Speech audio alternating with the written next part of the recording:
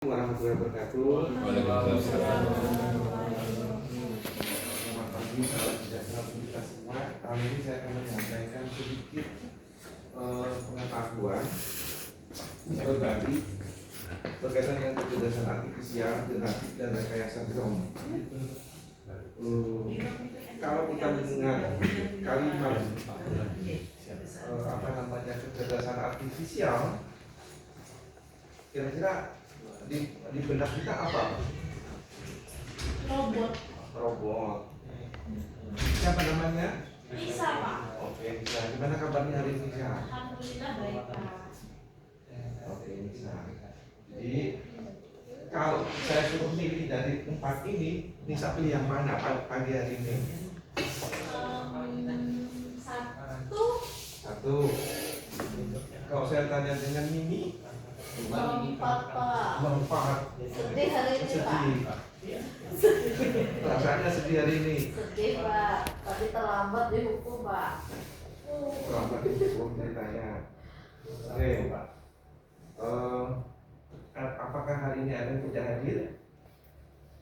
Kan kayaknya nihil, Pak. Nihil. Ini sudah ada berkesehatan. Ada semua. Coba sering. Oke, kita lanjut. Ini tadi yang saya tekankan awal tadi, ketika kecerdasan artifisial di benak kita tadi sudah disampaikan Nisa buatan. Itu ceritanya Nisa.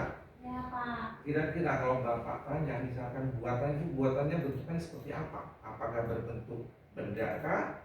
Atau berbentuk gambar atau ilustrasi?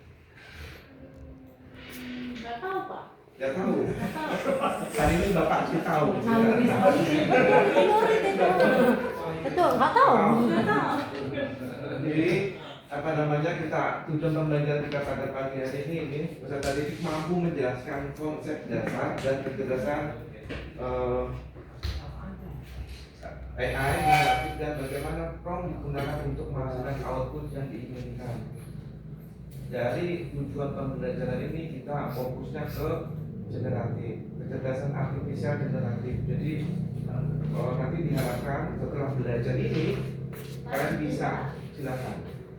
bisa membuat prompt sederhana, terus bisa didiskusikan dengan kalian.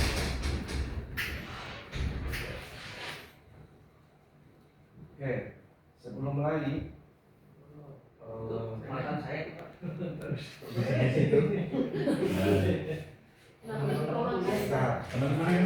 dari ilustrasinya ini, Bu Siti silahkan dijelaskan dari ilustrasi yang saya tampilkan ini kira-kira di benaknya pikirannya apa?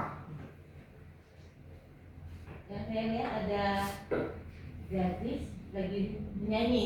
Lagi nanti kalau yang sebelah kiri Ada komik. ada komik. Poster, Poster. Poster. Sarul gimana? Sarul coba disampaikan dengan Bapak kira-kira dari dua hal ini ada nggak perbedaannya? Beda, selalu main HP, Pak. Yang mana, Pak? Yang mana yang dari layar yang apa namanya sebelah kiri Bapak dulu lah. Oke, kalau yang di sebelah kiri itu kan bentuknya video, Pak. Nah, kalau yang di samping sebelahnya itu bentuknya poster. Oke, itu menurut Sarul. Oke, kalau kita lihat ini memang poster Bapak Ibu. Terus poster ini berkaitan dengan 7 kebiasaan anak. Nah, poster ini kalau kita buat melalui kecerdasan artifisial, jadi tidak melalui desain. Kita cuma menuliskan script atau prompt yang nanti kita bahas. Yang sebelah kiri saya ini berbentuk video, coba kita cek apakah bisa jalan, apakah bisa nyanyi.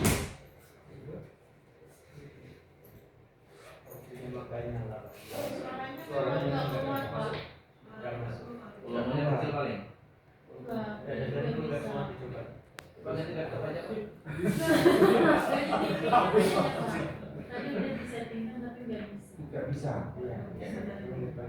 Nah, kalau nanti bisa dicoba di scan aja barcode-nya. Kebetulan ini sudah saya buat melalui intelligence artifisial. Jadi dari gambaran ini prompt yang kita buat sangat berpengaruh. Jadi konsep kita seperti apa dulu, maunya apa, nanti dituangkan ke dalam sebuah prompt dengan output yang kita inginkan. Ada kedengaran kan agak kecil? Nah, oke, kita lanjut. Ini dua contoh, ada lagi dua contoh sebenarnya. Ya, ke YouTube saya. Nah, ini contoh. Kalau bisa beri penjelasan sedikit berkaitan dengan ini. Agus, silakan Gus berkomentar. Ya, kalau menurut saya Pak, ini kalau kata teman saya itu tipu-tipu Pak. Tipu-tipunya apa? Karena realnya kan bangunan sekolah kita nggak seperti itu ya Pak. Ya, masih dari Oke. Tapi kalau dari sisi pembuatan videonya bagus kok Pak. Nah, itu yang kita bahas, bukan tipu-tipu. Jadi bagaimana proses pembuatannya, terus konsep apa yang ada di benak kita tuangkan idenya ke dalam sebuah prompt dan hasilnya berupa video. Kalau ini tipu-tipu, ya sudah kita bahas. Tipu dari mana? Terus dampaknya tipu itu apa? Nah, panjang kan ceritanya, tapi kita membahas bukan itu. Kita bahas bagaimana proses pembuatannya. Contoh yang bisa saya sampaikan seperti itu. Satu lagi sebelum kita ke materi. Nah, seperti ini. Ini hampir sama yang kedua. Tadi ini membuatnya cuma pakai prompt.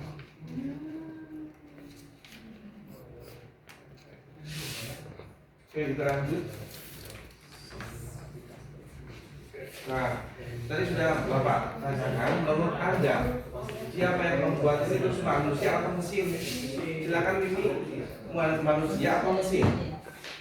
Dari mesin. Nah, supaya mesin mengerti apa yang kita minta, biasanya dituangkan ke dalam bahasa pemrograman atau perintah, biar mesinnya tahu.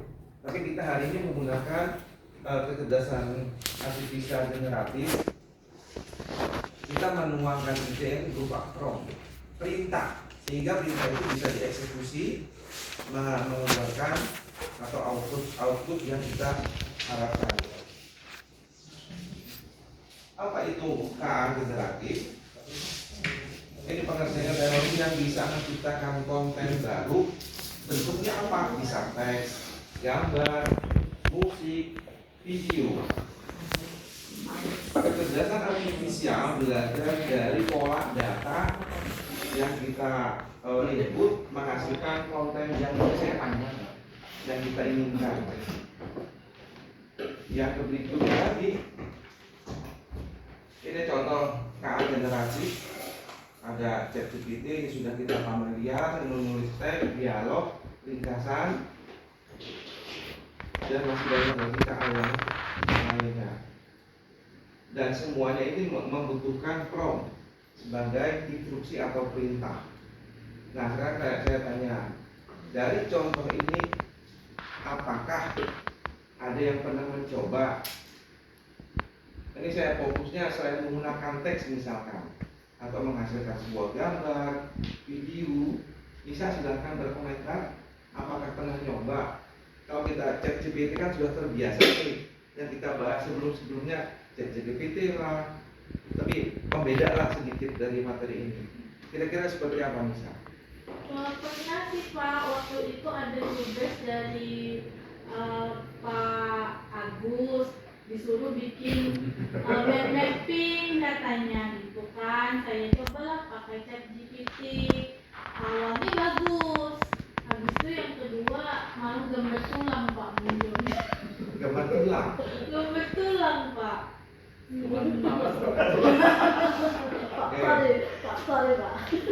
kalau di antara apa yang diinginkan tidak sesuai dengan hasil, itu kan berarti jadi masalah.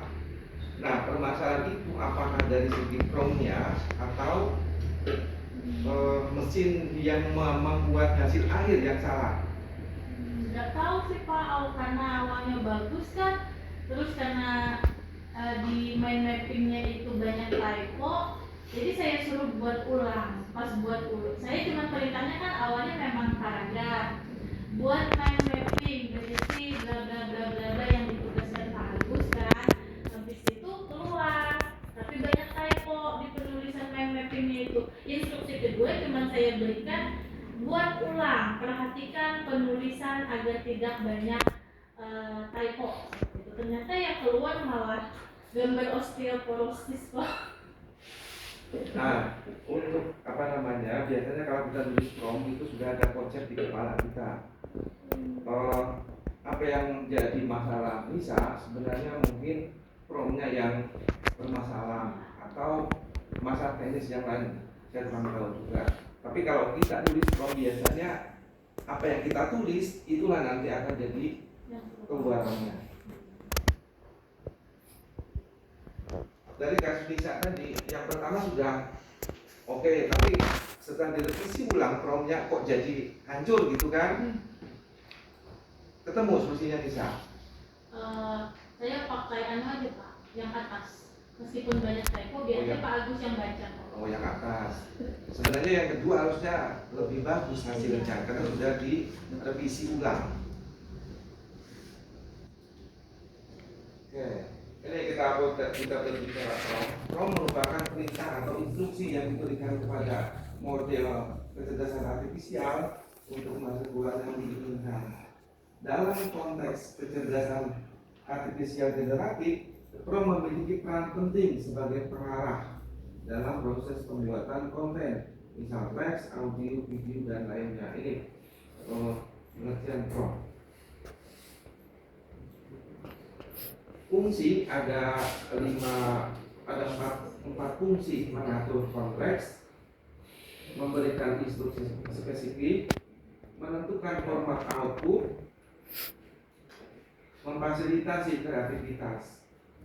Nah, dari keempat ini fungsi utama penggunaan prompt, saya ingin tanya sama Mimi. Ya Pak. Kalau yang menentukan format output ini, contohnya seperti apa? Maksudnya seperti apa nanti? Format output itu maksudnya untuk yang hasil akhirnya nanti Pak? Hasil akhir. Hasil akhir.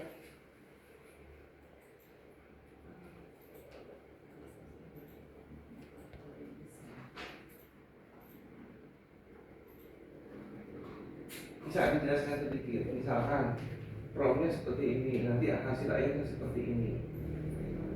Ya Pak. Apakah perlu kita tuliskan promptnya di dalam promptnya? Ya, kalau pengalaman saya kan memakai ChatGPT ya Pak ya. Jadi misalnya kita ingin menulis sebuah puisi, misalnya buatkan puisi dengan tema bunga. Nah di situ promptnya buatkan puisi dengan tema bunga. Nah di situ nanti akan banyak lagi muncul, semua bunga nanti akan dibuatkan. Nah biasanya kalau saya pengen bunga melati, nanti akan saya tambahkan instruksinya atau promptnya bunga melati. Nanti otomatis nanti outputnya akan akan membuat puisi tentang bunga melati. Gitu Pak. Terima kasih. Jadi begitu pentingnya sebuah prompt ketika kita menulis perintah. Misalkan saya pengen punya ide, tuliskan 10 ide lirik lagu yang berkaitan dengan genrenya apa, misalkan sedih, fun, maka ChatGPT pasti akan menawarkan 10 alternatif. Kita tinggal milih. Nah seperti itu. Jadi tergantung prompt yang kita inginkan. Terus berkaitan dengan ciri-ciri prompt yang baik dan efektif, biasanya dari keempat ini pasti ada jelas, spesifik, kontekstual, kreatif. Kalau kreatif kita tergantung kita nulis promnya seperti apa yang menambahkan elemen-elemen yang kita inginkan. Semakin bagus prom maka semakin bagus hasilnya. Jadi prom itu kayak kita nulis imajinasi kita ke dalam sebuah perintah. Mungkin ada yang ditanyakan dari sini.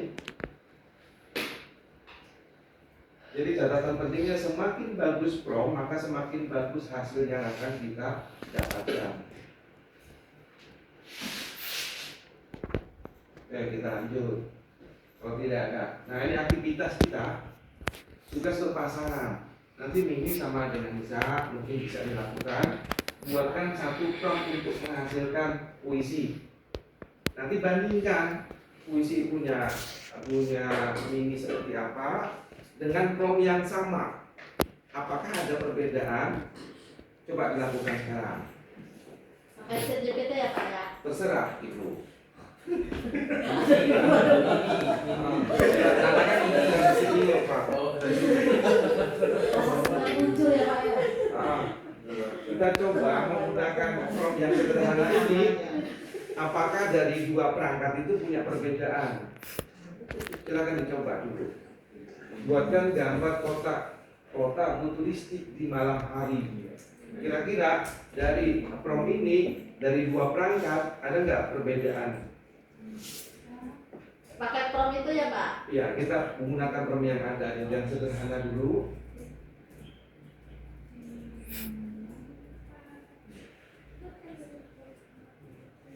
Mungkin yang lain silahkan dicoba dengan prompt yang sederhana dulu.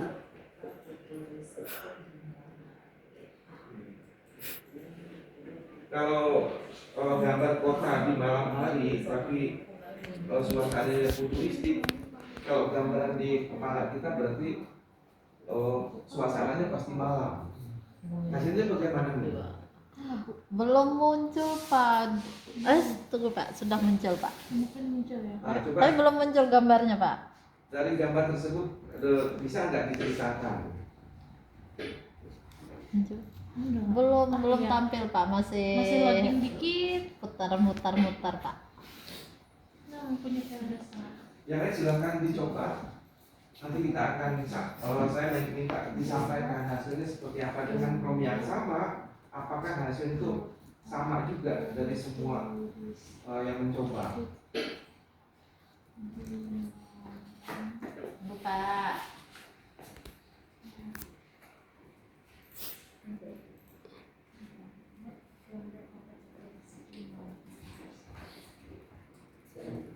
Pak bisa pakai yang lain Pak selain ChatGPT Pak, lambat Pak. Sudah ada. Iya, Oh, udah, sudah. Sudah muncul Pak. Nah, coba ceritakan sedikit gambarnya. Gambarnya apa ya? Banyak gedung-gedung, ada gedung yang Pencakar langit. pencakar langit, gedung yang rendah dan yang sedang Pak. Terus background atau warnanya biru muda ada, biru tua, terus cahaya lampunya temaram. Oke, itu punya Nisa. Kalau punya Nisa gimana hasilnya? Punya saya sama kok, kayak banyak menara-menara tinggi kayak Burj Khalifa. Oke. Terus kayak banyak lampu-lampu, warnanya biru, langitnya malam, banyak bintang. Tapi kayaknya beda sama punya Mimi Pak. Punya Mimi ada Oke, sudah bisa. bulannya. Sudah Bapak tangkap hasil percobanya. Sekarang kita ini salah satu beberapa website untuk kita coba nanti sebagai explore di rumah. Yang pertama ada ChatGPT, sudah terbiasa Sudo, Image AX, Runway, Think AI, dan seterusnya. Terus ini ada quiz. Nah sekarang quiz ini bisa nggak di scan? Silahkan di scan apakah quiz ini bisa jalan. Ini saya kasih namanya quiz kupang, quiz uji pengetahuan Anda. Oke, dengan quiz kupang. Oke, sudah? Quiznya Apa itu Pak? Di-scan. silakan di scan. Sudah? karena waktu kita terbatas sekali. Ini bagian refleksi kita. Ini ada 3 pertanyaan. Nanti di scan ulang. Ini pakai Padlet. Nanti silahkan ditulis hasilnya seperti apa, bentuk diskusi pembelajaran kita, refleksi pembelajaran kita hari ini. Ini yang sudah kita pelajari mengenal KI, mengetahui fungsi PROM, membuat PROM, merefleksikan tentang KI. Ini ada pantun. Pantunnya cuma 2. Ke pasar beli semangka, pulangnya bawa pulang bunga melati. Menjadi guru itu luar biasa, mendidik dengan hati, mencetak generasi. Itu yang bisa saya sampaikan. Terima kasih. Wassalamualaikum warahmatullahi wabarakatuh. Waalaikumsalam.